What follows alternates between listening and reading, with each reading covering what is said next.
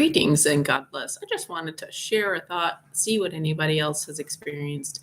I think that people who send spam, especially like creepy, obscene spam, I think they work for the government, the US government, because I don't get spam on government holidays. I don't get spam over like Thanksgiving or Christmas. I get spam just when it's like a regular government workday. And I think the deep state wants to trouble everybody. They want to make our lives as uncomfortable and unhinged as possible. So that's why so much infrastructure is falling apart. That's why there's like no regulation of like telemarketing calls that you get with your when you had a landline, or even now. I know people who have a smartwatch, and like every few seconds they're getting a telemarketing call or something like that. I'm like, how do you tolerate that? Your phone zapping you on your wrist every few seconds. Like, I don't understand. I mean, like, anyways, so it is my sincerely held belief that these spammers, obscene, sending obscene solicitations, that they work for the government. And I try to find where it originates from. It'll originate from South America or Russia or who knows where. Colombia, yeah, South America. But who knows if that's the original thing, if there's some sort of like way that the mail seems to be coming from that direction. I don't know the terminology. But something else I noticed is chemtrails. So there was a period of time when I was in Montana and we had an ice storm. So in Montana, there'd be like these crazy intense chemtrails. I mean, you'd see cloud formations. It was tremendous. I mean, the chemtrail people must have been having a lot of fun because it was like, an entire civilization of layers of clouds just blanketing the sky. And when we had this one ice storm, nobody could get around for like a weekend. And I didn't see a single chemtrail. And I think because the Air Force Base was up a mountain, so the Air Force couldn't go, or none of the planes that are distributing the payload could, like, the pilots couldn't actually get there to dispense the poison in our skies to poison us. And I just find it really disappointing and frustrating, because these people are being paid with, I think, with taxpayer money. Maybe there's other, like fraudulent ways of paying people to kill us, because they're fumigating us like bugs.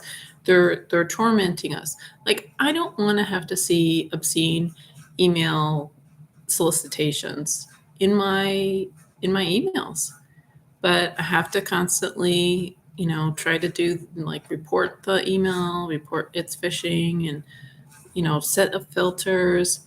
I spend more time on obscene emails every week than I do on an email, sometimes, than I do on an email to friends or something that's important to me. Like, I spend a lot of my time just trying to stop obscene emails, and it doesn't even seem to work. I don't know if they're, using, like, after I filter it, I put it on delete. The next, like, few hours or the next day, I'm getting the same exact kind of obscene email, like solicitation kind of a thing. And it's because, like, one of my landing pages has my old email address, and that these spammers just use it. And so yeah, and when I've like, for some time I would contact the government. I'm like, there's the spam, blah blah blah, and I don't think there's much that's done about it. And the same thing when I would get like telemarketing calls when I had a landline is like the government couldn't help. And when I looked into the minutia about how telemarketers, like their abusive calling methods, like there was very little that was done for it. Yes, there's it's like some folks will say telemarketers can be held to account, but you have to take them through this whole protocol if they're so willing. So, the telemarketer doesn't even know who their boss is or their address or their own number or whatever. Like, so it's criminal. And, I think it's government criminals who then hire these other criminals to disrupt us. That's what I find so terrible about it is, the government, all the trusted agents of the public good have made the easily unhinged, crazy, destructive, they've put themselves in the hospital or the prison or whatever. And so then the target is, okay, those who are more cautious and respectful and have self-control. Oh, how do we torment them constantly as much as we can? Okay, we're going to send them spam. We're going to send them telemarketing calls to which they cannot refuse. Like, that's the thing. Like, we supposedly have government agencies that are there to protect the customer, but they don't. I mean, just like with terrible terrible telephone companies that do terrible things. So, anyways, it's kind of intense to realize how corrupt our government is. And when there's no accountability, when there's no honor or integrity, well, why should other corporations be honest? And clearly they're not. It's real lucky, a blessing, a miracle when you are dealing with a government worker who has integrity, or an employee at a corporation who can help you. But that's very rare. And the thing is, if there's somebody who's good, who's working for the government that actually helps you, their cohorts get upset because you've messed up the program. You've made the rest of those others look bad.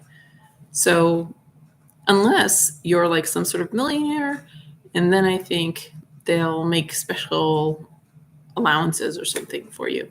I'm not exactly sure, but do you think having some leverage financially does kind of spare you some of the grief? So yeah, what do you guys think? Because I just noticed government holidays, no spam, but other normal times of the year, steady stream of spam. So that's my speculation. Thanks for watching. God bless.